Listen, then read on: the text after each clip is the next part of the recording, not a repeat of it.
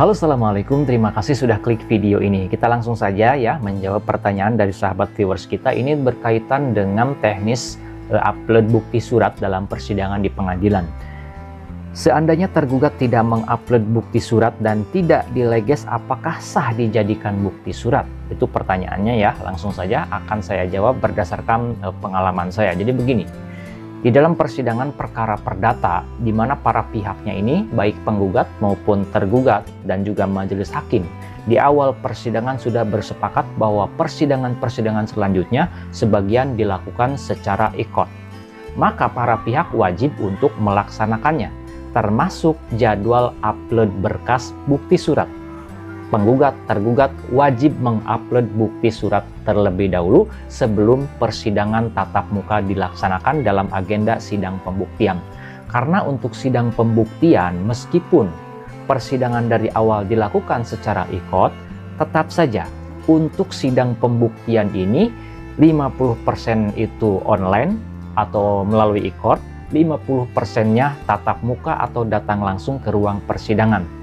Karena yang diupload di akun ikot itu hanya berkas dari bukti surat saja, di mana bukti surat yang sudah dileges, yang sudah ditempel materai, cap kantor pos, kemudian di-scan PDF, barulah diupload ke akun ikot para pihak.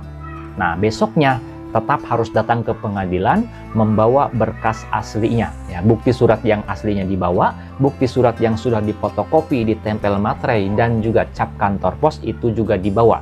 Dan nanti akan diverifikasi dalam persidangan oleh majelis hakim.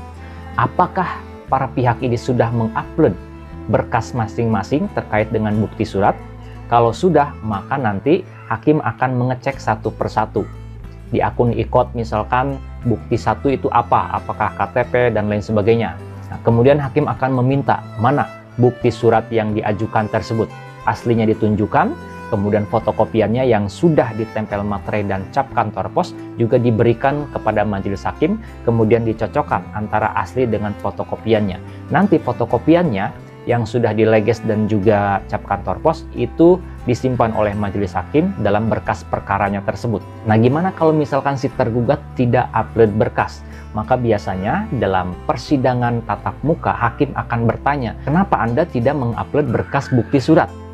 Apapun alasannya, biasanya majelis hakim akan tetap mewajibkan si tergugat atau pihak yang belum upload berkas bukti surat untuk upload terlebih dahulu. Maka kalau si tergugat ini belum upload berkas bukti surat, pembuktian dari pihak tergugat itu akan dipending di hari berikutnya atau di minggu berikutnya.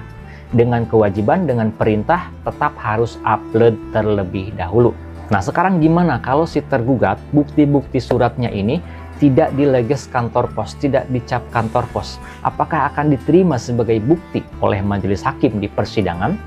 Setahu saya dan sepengalaman saya, kalau bukti surat yang kita ajukan ke majelis hakim tidak ditempel materai, tidak dileges, hakim tidak akan menerima bukti-bukti surat tersebut.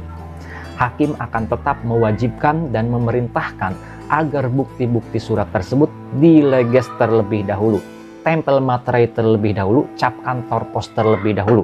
Maka kalau dalam persidangan pembuktian dari pihak tergugat yang sudah dijadwalkan misalkan hari ini, tetapi pada saat sidang pembuktian si tergugat ini bukti-bukti suratnya tidak dileges kantor pos, tidak ditempel materai, tidak dicap kantor pos, maka hakim akan menunda sidang pembuktian dari tergugat tersebut ke minggu berikutnya dengan memerintahkan agar bukti-bukti surat tersebut yang sudah difotokopi tadi dileges terlebih dahulu ke kantor pos. Ya, jadi jawabannya pertama, kalau tidak upload berkas bukti surat, biasanya persidangannya akan dipending di persidangan berikutnya. Hakim akan tetap memberikan toleransi satu kali kesempatan agar berkas bukti suratnya diupload terlebih dahulu. Dan kalau pada persidangan saat ini si tergugat bukti suratnya tidak ditempel materai, tidak dileges cap kantor pos, hakim akan menunda persidangan ke persidangan berikutnya, ke minggu berikutnya